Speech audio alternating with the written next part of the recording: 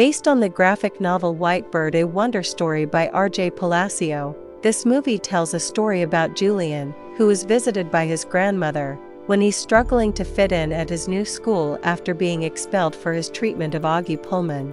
Julian is transformed by the story of her attempts to escape Nazi-occupied France during World War II.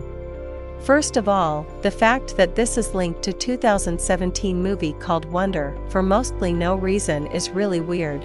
Aside from a single character that might as well have been any other person with no connection to Wonder, it has nothing to do with that movie.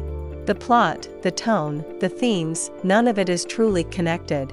Mostly, it's just a subplot from Wonder that randomly leads into a random World War II drama. So in a weird way, this movie makes you care for the bully character by not really being about him at all.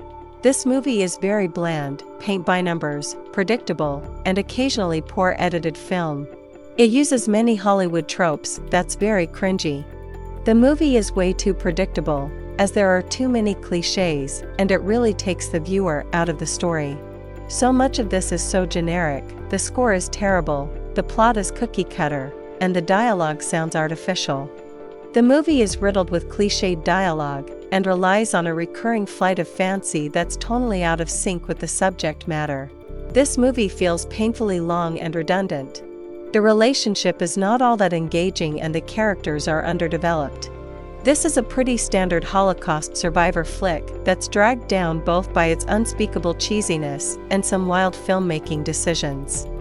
Comparing a Holocaust survivor's story to that of a grade school bully is just so weird. It seems incredibly forced and fake. The story is told through flashbacks, where an older adult recounts their experiences to a younger person. As with many stories with a flashback, there is absolutely no suspense when it comes to the narrator's fate.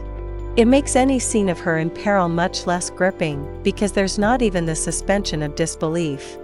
Speaking of suspension of disbelief, the ending from the fate of the bully or paramilitary thug is more than a little ridiculous. The movie is overly sentimental and it's manipulating the audience's emotions to extremes.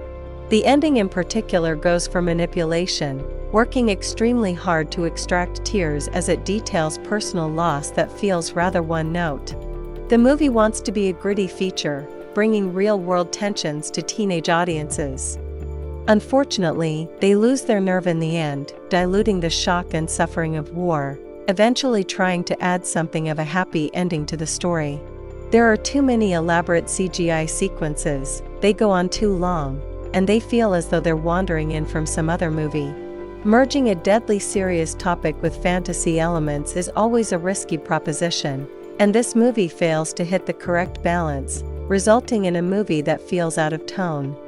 Overall, this is a formulaic tearjerker that you'll feel like you've already seen 100 times. Just skip this one, we do not recommend this movie at all.